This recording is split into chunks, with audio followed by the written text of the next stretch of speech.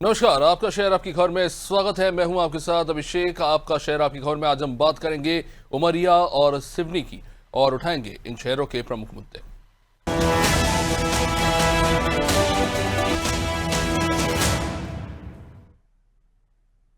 तो सबसे पहले बात करेंगे मध्य प्रदेश में, जहां मध्य प्रदेश में उमरिया में पुल न होने से ग्रामीण जान जोखिम में डालकर सफर करने के लिए मजबूर है।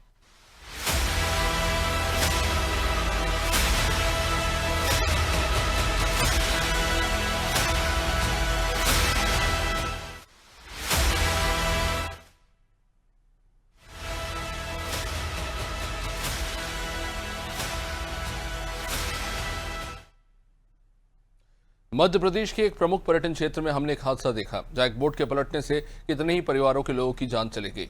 मध्य प्रदेश के उमरिया जिले से विकास के दावों को लेकर तमाम बातें तो होती है, लेकिन बेहद ये डराने वाली तस्वीर, जहां पर फिर एक बार हम वही लापरवाही देख रहे हैं।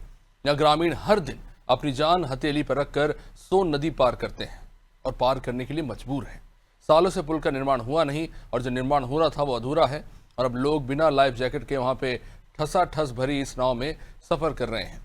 सिस्टम की नाकामी और ग्रामीणों की इस मजबूरी पर यह हालात कहीं ना कहीं चेता रही है कि कहीं ना कहीं ये खतरे की घंटी है। सोन नदी की लहरों पर ग्रामीणों का जानलेवा सफर, नाव पर ओवरलोडिंग, जान हथेली पर रखकर यात्रा। उमरिया से शहडोल जाने का यही एकमात्र शॉर्टकट। 20 रुपए सवारी और 40 रुपए बाइक का किराया। सफर में ना लाइफ जैकेट, ना सुरक्षा का कोई इंतजाम। जोखिम में महिलाओं और मासूम बच्चों की जान। हर दिन तय होता है 2.5 किलोमीटर नदी का सफर। 60 किलोमीटर की लंबी दूरी से बचने की है मजबूरी। 4-5 साल से अधूरा पड़ा है पुल का निर्माण। सिस्टम की नाकामी से बड़े हादसे का इंतजार।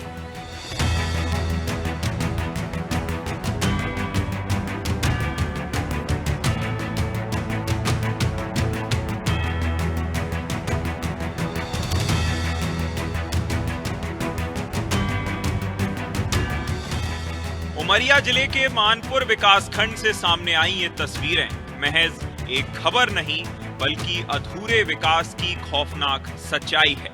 ग्राम पंचायत झाल और फूलगढ़ से लेकर शहडोल के ब्यौहारी और आसपास के गांवों तक लोगों की जिंदगी सोन नदी की लहरों के सहारे अटकी है।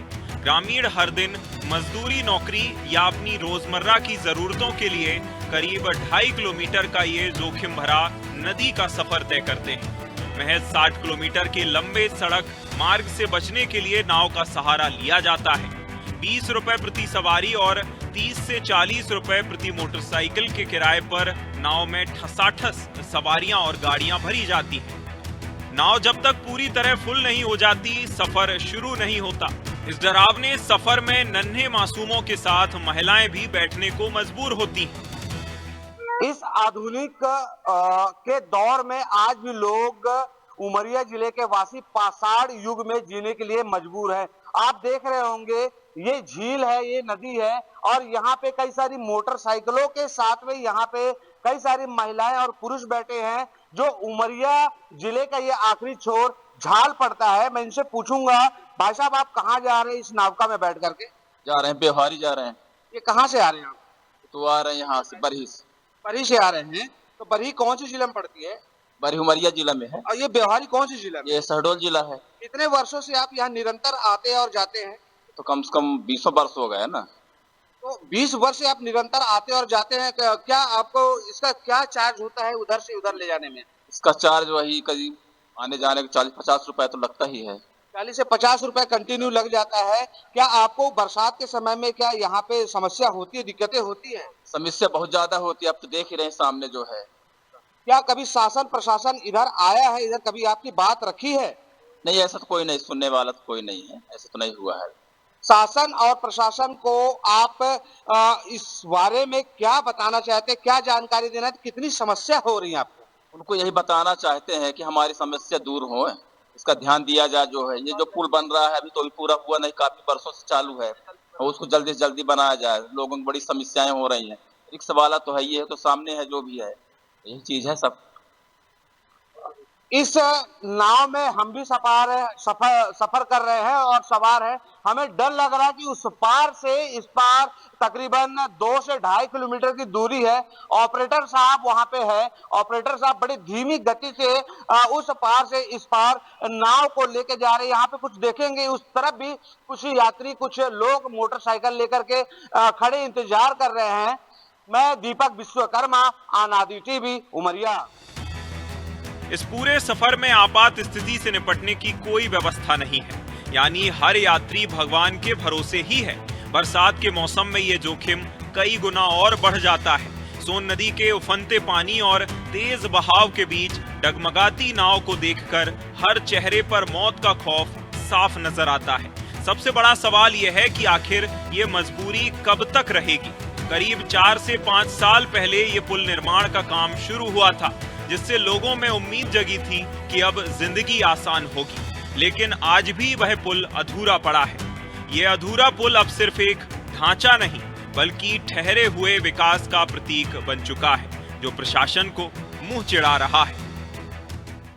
ये मामला हमारे संज्ञान में शुक्रवार को आया था कि इस प्रकार की गतिविधियां हो रही हैं कि वो एक बड़ी सी नौका है, उसमें 10-15 लोग और बाइक्स को रख के वो जो नौका संचालक है वो उमरिया मानपुर की बाउंड्री से शहडोल बाउंड्री में विजय सोता साइड उसको पार करवा रहे थे। तो क्योंकि हाल ही में अपने बहुत ही एक दुखद घटना बरगी में हुई है, तो इस प्रकार की किसी भी घटना की संभावना यहाँ पे ना हो, तो तत्काल रूप से शासन की ओर से हमने वहाँ पे विजिट किया, अपने पूरे राजस्व के अमले के साथ विजिट किया।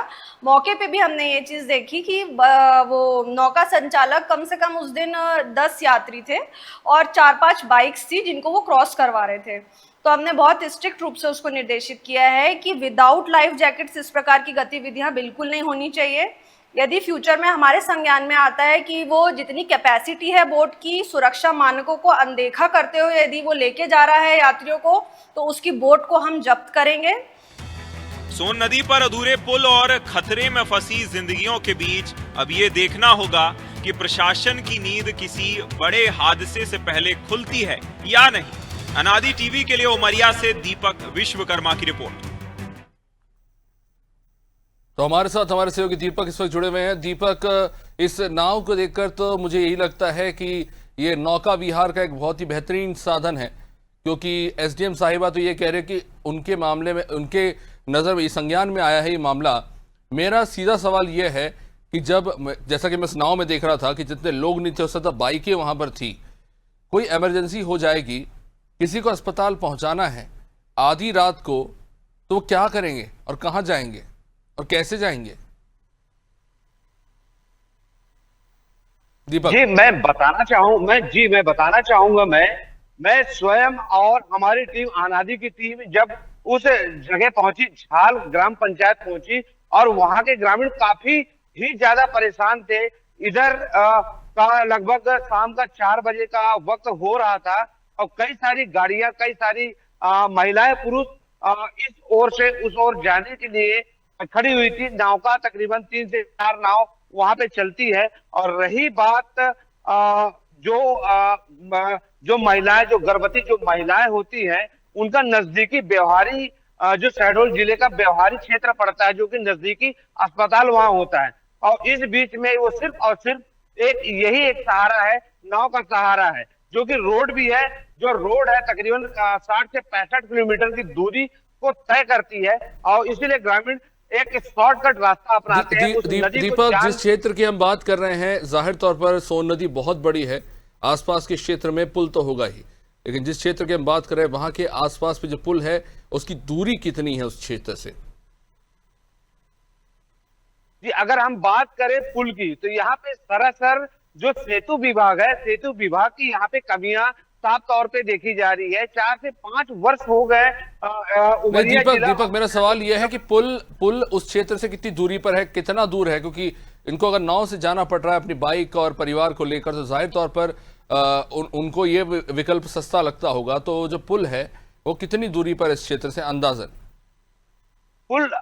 पुल की अगर हम बात करें तो पुल मुश्किल से मुश्किल 2 से 2.5 किलोमीटर की दूरी में पुल है, जो कि जो पुल जो है वो पुल का आधा अधूरा बना हुआ है। पिछले 5 वर्षों से काम चल रहा है और आज भी काम ही अधूरा पड़ा हुआ है। इस वजह से ग्रामीण मजबूर होकर के जान जोखिम में डाल करके इस ओर से उस ओर जाते हैं। मैं स्वयं उस नाव में बैठ करके मैं लोगों से चर्चा करते हुए उमरिया जिले से शहडोल आपने जिले के कितना पैसा मेवाड़ दिया ट्रैवल करने के लिए, और जो लोग वाहन लेके जाते हैं उन्हें कितना पैसा देना पड़ता है एक छोर से दूसरे छोर में जाने के लिए? एक यात्री का किराया 20 रुपए है और एक मोटरसाइकिल का 30 से 40 रुपए का है।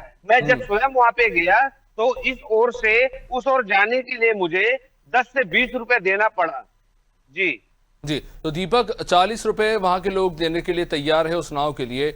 इसका मतलब ये है कि जो पुल है वहां से काफी दूर है जहां से वो गुजरना चाहते हैं, और आप जिस पुल की बात करें उस पुल की हकीकत क्या है जो आधा अधूरा पड़ा हुआ है? पुल का निर्माण पिछले 5 वर्षों से हो रहा था। पानी सोन नदी का बहाव काफी ज्यादा होने के वजह से जो निर्माण कार्य जो करते हैं, जो पिलर जो बनाते हैं, मजबूती जिसको दी जाती है, वो बरसात के समय में अक्सर वो ढह जाते हैं, अक्सर वो बह जाते हैं, जिस कारण से ग्रामीण मजबूर होकर के नदी का सफर तय करने के लिए मजबूर रहते हैं। तो दीपक, अभी तो पानी शिथिल है, अभी तो निर्माण हो सकता है। एसडीएम साहिबा जो बातें कह रही हैं कि अभी हमारे मामला संज्ञान में आया है, अगर लाइफ जैकेट नहीं पहन रहे तो हम कार्रवाई करेंगे। मैं ये देखना चाहता हूं कि वहां पर अगर दोनों ही छोर पर देखे तो कितने लोग वहां निगरानी के लिए खड़े हैं, कौन है वहां पे कर्मचारी निगरानी करने के लिए?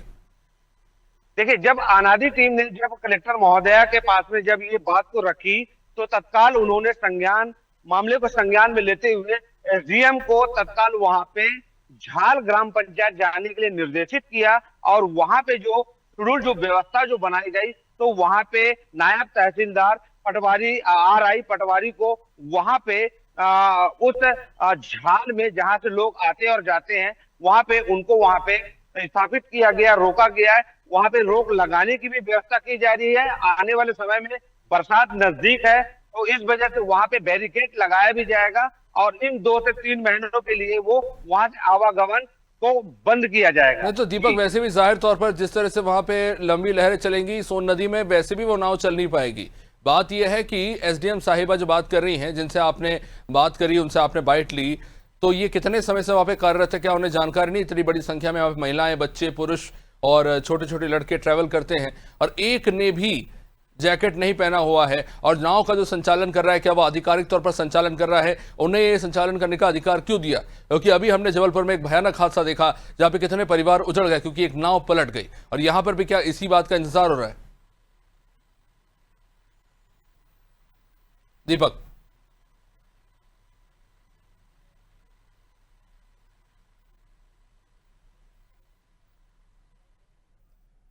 चलिए, लगता है कनेक्टिविटी का इशू है, लेकिन ये तस्वीरें साफ बयां कर रही हैं कि जो लोग साधारण परिवार से आते हैं, देखिए उनको शॉर्टेस्ट रूट लेने के लिए इन नाव में ट्रैवल करना पड़ता है ना। यहाँ पे छोटे छोटे बच्चे हैं, माताएं हैं, बहनें हैं और पुरुष हैं और छोटे छोटे लड़के हैं, और इनके पास कोई लाइफ जैकेट नहीं है।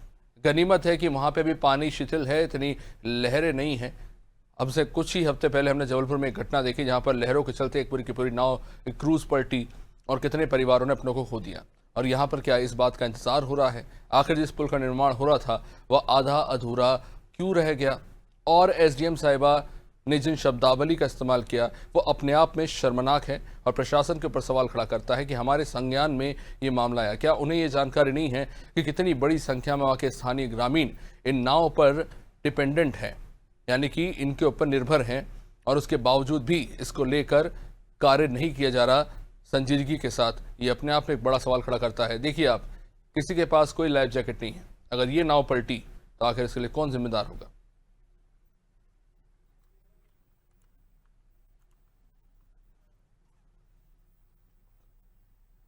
तो चलिए बात करेंगे एमपी के सिवनी की, जहां प्राथमिक स्वास्थ्य केंद्र में बिना डॉक्टर मरीजों का इलाज चल रहा है। जी हां,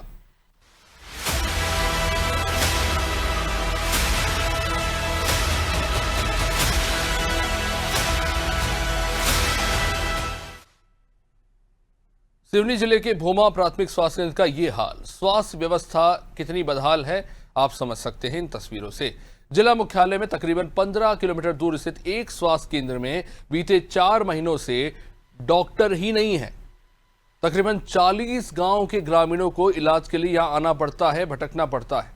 अस्पताल स्टाफ नर्स, फार्मासिस्ट और वार्ड बॉय के भरोसे संचालित हो रहा है। जाहिर बात है, जिस तरह का रिजल्ट नीट का आया है उसके बाद इस तरह के हालात कोई ऐसी बात नहीं कि जिस पे हैरान होना चाहिए। मरीजों को मामूली उपचार के बाद जिला अस्पताल रेफर सेंटर बना दिया गया है। सबसे ज्यादा परेशानी गर्भवती महिलाओं और बुजुर्गों को होती है। इन्हें मजबूरी में निजी अस्पताल में इलाज करने के लिए जाना पड़ता है। सीएमएचओ डॉक्टर जयपाल सिंह ठाकुर का यह कहना है कि जिले में डॉक्टर्स की कमी है और नई भर्ती के बाद ही नियुक्ति संभव हो पाएगी। ऐसे ग्रामीणों ने शासन पर लापरवाही का आरोप तो लगाया है और जल्द डॉक्टर की नियुक्ति की मांग भी की है और नहीं तो फिर आंदोलन की चेतावनी दी है। इलाज करवाने। यहाँ किसने इलाज किया आपका? मैम ने। डॉक्टर साहब थे यहाँ पे? नहीं। फिर इलाज किसने किया? मैम ने। दवाइयाँ मिली आपको? नहीं। दवाइयाँ नहीं मिली? नहीं। किसके साथ आए हो? भाई के साथ, भैया के साथ। तो पूरी थी सर, जब भी आओ तो यहाँ पर डॉक्टर ही नहीं रहते। अपन आओ खाली यहाँ से जाओ, फिर पर्ची बनवाओ, मैडम दे देती हैं गोली, उसके बाद में डॉक्टर साहब तो रहते ही नहीं यहाँ। जब भी आओ तो वहाँ से ही जाओ, फिर बाहर दिखाना पड़ता है प्राइवेट में, और नहीं तो फिर सिवनी जाओ। डॉक्टर ही साहब नहीं रहते सर तो बंद तो होंगी ना, कोई नहीं रहता। स्टाफ भी बहुत कम, बस एक दो स्टाफ, ये दो तीन, एक मैडम ये रहती हैं और एक दो कर्मचारी रहते हैं। अब जितना नॉलेज जिसको है उतना देखेगा वो। वहाँ पे डॉक्टर आज की स्थिति में नहीं है, क्योंकि एक डॉक्टर हमारे पीजी में सिलेक्शन हो गया था, वो चले गए हैं। एक बॉन्ड में वहाँ पे ज्वाइन किया था, वो मेडिकल ऑफिसर भी पीजी की तैयारी के लिए बॉन्ड छोड़ के चले गए हैं। तो फिलहाल वहाँ पे डॉक्टर नहीं है। चूँकि हमारे यहाँ पूरे ज़िले में करीब 14 पीएससी भी खाली है जहाँ पे मेडिकल ऑफिसर नहीं है, और लगभग 15 एक डॉक्टर हमारे यहाँ अभी नहीं उपलब्ध नहीं है। क्योंकि अभी पीएससी का परिणाम आया है और पीएससी के थ्रू बहुत सारे डॉक्टरों की पदस्थापना होनी है, तो निश्चित रूप से हमारे को जो डॉक्टर मिलेंगे तो उनको हम पीएससी पे रखकर पूर्ति की जाए। सर यहाँ पे 40 गांव के करीब आते हैं और 5 उप स्वास्थ्य केंद्र जो हैं, यहाँ 6 उप स्वास्थ्य केंद्र हैं, वो यहाँ से कनेक्ट हैं। और यहाँ पे लगभग जब डॉक्टर साहब रहते थे तो 100 के ऊपर ओपीडी आ जाती थी।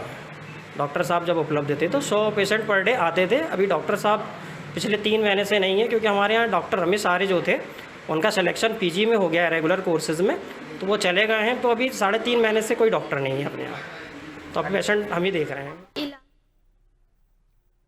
तो आदिल खान हमारे साथ इस वक्त जुड़े हुए। आदिल, सीएमएचओ ने तो खैर ईमानदारी से बात बता दी कि कई ऐसे अस्पताल इसमें 14 से 15 डॉक्टर उपलब्ध नहीं हैं, और जब भूमा जिस स्वास्थ्य केंद्र की बात हो रही है वहाँ के जो डॉक्टर पीजी करने गए हैं, जाहिर तौर पर और बेहतरीन डॉक्टर बनने के लिए उन्होंने अपने स्तर पर कार्य कर रहे हैं वो अपनी शिक्षा को लेकर। लेकिन एक बड़ा सवाल ये है कि फिर इतने समय के बीच में आखिर वैकल्पिक व्यवस्था क्या की गई, क्योंकि सवाल यह है कि इस वक्त गर्मी का भयानक मौसम है। दूसरा ये गर्भवती महिलाएं जो सबसे संवेदनशील स्थिति में होती हैं, उनकी रेगुलर चेकअप, उनको रेगुलर दवाइयाँ, उनके रेगुलर खान पान चल रहा है कि नहीं, इसका जिम्मा कौन लेगा। और ये भारत सरकार, मध्य प्रदेश सरकार ये अभियान चला रही है जहाँ पे ये सुनिश्चित किया जाता है कि गर्भावस्था में महिलाओं को पूर्ण जो भी दवाइयाँ होती है वो मिले, वो पालन पोषण है उसका खर्चा भी सरकार उठाती है और इसके लिए दवाइयाँ उपलब्ध कराती है। लेकिन सवाल यह है कि अगर डॉक्टर ही नहीं होंगे तो इन चीज़ों को सुनिश्चित कौन करेगा। योजनाएं बनाना और उसको धरातल पर क्रियान्वयन करना, इसमें जमीन आसमान का फर्क है। आप तो देख सकते हैं कि सीएमएचओ बोल रहे हैं कि डॉक्टरों की भारी कमी है। जो डॉक्टर थे वो पीजी के लिए चले गए हैं। आप देख सकते हैं अभी पिछले दिनों नीट का जो पेपर लीक हुआ, तो सरकारें शिक्षा के प्रति स्वास्थ्य संवेदनहीन है। आप देख सकते हैं उनकी प्राथमिकताओं में शामिल नहीं। एक राज्य के मंत्री कहना था कि इससे कोई फर्क नहीं पड़ता, तो आप अंदाजा लगा सकते हैं कि स्वास्थ्य सेवाओं की क्या हालत है देश में क्या हालत है। अधिकारियों ने हाथ खड़े कर दिए। जब डॉक्टर ही नहीं होंगे तो कैसे पदस्थापना करेंगे। मरीज परेशान है जी। सीएमएचओ स्वयं स्वीकार कर रहे हैं कि 14 पीएससी में 14 प्राथमिक स्वास्थ्य केंद्रों में डॉक्टर नहीं है। अब डॉक्टर नहीं है तो संभालेगा, नर्स संभाल रही है, फार्मासिस्ट संभाल रहे हैं। तो जिन प्राथमिक स्वास्थ्य केंद्रों में ग्रामीण क्षेत्र के डॉक्टर ही नहीं है, वहाँ अस्पताल कैसे चलेंगे? ये पूरा जो क्षेत्र है जहाँ पीएचसी में डॉक्टर नहीं है, वो झोला छाप डॉक्टरों के भरोसे, परचून की दुकान में, मेडिकल में जो दवाएं बिक रही हैं उससे लोग अपना इलाज कर रहे हैं। मेडिकल संचालकों से दवा ले रहे हैं, परचून की दुकान में जो दवा दे रहे हैं उनसे ले रहे हैं, जो झोला छाप डॉक्टर बैठे हुए हैं। आदिल, पीएससी में चलिए समझ सकता हूँ, प्राथमिक स्वास्थ्य केंद्र हैं, वहाँ पर जो मौसमी बीमारियां होती हैं उसको लेकर लोग पहुंचते हैं इलाज के लिए, वहाँ पर चलिए मैं मान भी लेता हूँ कि जूनियर डॉक्टर शायद इलाज कर लेते हो और नर्सेस कर लेते हों, लेकिन सीएचसी वहाँ पर अगर डॉक्टर उपलब्ध नहीं है और वहाँ पर अब उनके पास वैकल्पिक व्यवस्था क्या है, जब इस वक्त हम देख रहे हैं 45 डिग्री की गर्मी पड़ रही है और ऐसे में सीएमएचओ का बस ये कह देना कि वहाँ डॉक्टर उपलब्ध फिलहाल नहीं है क्योंकि रिजल्ट है, कुछ लोग चले गए हायर एजुकेशन के लिए, पीजी करने चले गए, तो उसके बाद वो लोग कहाँ जाएंगे? या झोला छाप डॉक्टर के भरोसे पूरा इलाका? जी बिल्कुल, झोला छाप डॉक्टरों के भरोसे है ये पूरा इलाका। पूरे जिले में डॉक्टरों की भारी कमी है। सीएमएचओ हाथ खड़े कर सकते हैं कि डॉक्टरों की कमी है। हम पिछले 3 दिन से समाचार को चला रहे हैं, प्रसारित कर रहे हैं, अनादिल की टीम लगातार अधिकारियों से बात कर रही है। तो इन्होंने एक वैकल्पिक व्यवस्था बनाया कि पंडोल में एक महिला डॉक्टर जो परस थी ने अटैच किए हैं 3 दिन के लिए। अब वो कब तक यहाँ सेवाएं देती हैं ये अभी क्लियर नहीं है। वैकल्पिक व्यवस्था उन्होंने बनाया। तो ये जो बात की जा रही है कि वार्ड बॉय के भरोसे चल रहा है क्लिनिक, बिल्कुल बिल्कुल, ऐसे बहुत से पीएचसी हैं, 14 पीएचसी में जब डॉक्टर ही नहीं है तो वार्ड बॉय जो उपस्थित होते हैं। और यहाँ पे जो कर्मचारी हैं, जो स्वास्थ्य कर्मचारी हैं, चलो वार्ड बॉय हो, चाहे फार्मासिस्ट हो, चाहे नर्स हैं, ये भी समय पर नहीं उपलब्ध नहीं रहते। तो पूरे जिले में यूं कहें कि झोला छाप डॉक्टरों की भरमार है, लोगों के स्वास्थ्य के साथ खिलवाड़ हो रहा है। सरकारों को, जनप्रतिनिधियों को, अधिकारियों को, कर्मचारियों को अपनी जिम्मेदारी समझना होगा। लगातार बड़ी बड़ी योजनाएं सरकार बनाती है, जनप्रतिनिधि लगातार दावे करते हैं कि हमारी सरकारें ये कर रही हैं, वो कर रही हैं, लेकिन आप उसको धरातल पे कैसे क्रियान्वित? मतलब आदिल मोटा मोटी बात यह है कि योजनाएं तो बड़ी बड़ी बना दी गई, लेकिन जमीन पर उतारने के लिए अगर आपके पास चिकित्सक ही नहीं है तो कैसे योजनाओं को जमीन पर उतारेंगे, मरीजों तक कैसे पहुंचेंगे जिनके लिए आप ये योजना लेकर आए? बहुत बहुत शुक्रिया आदिल। ये आदिल की स्टोरी थी जो आप देख रहे थे। और एक बड़ा सवाल खड़ा होता है, पीएससी और सीएससी इस वक्त मध्य प्रदेश ही नहीं पूरे उत्तर भारत से लेकर दक्षिण में जबरदस्त गर्मी का इस वक्त दौर जारी है। गर्भवती महिलाएं जो इस वक्त इन हालातों से गुजर रही हैं, जहां पे अगर उनके पास नजदीक में डॉक्टर उपलब्ध नहीं है तो आखिर इसके लिए जिम्मेदार कौन है?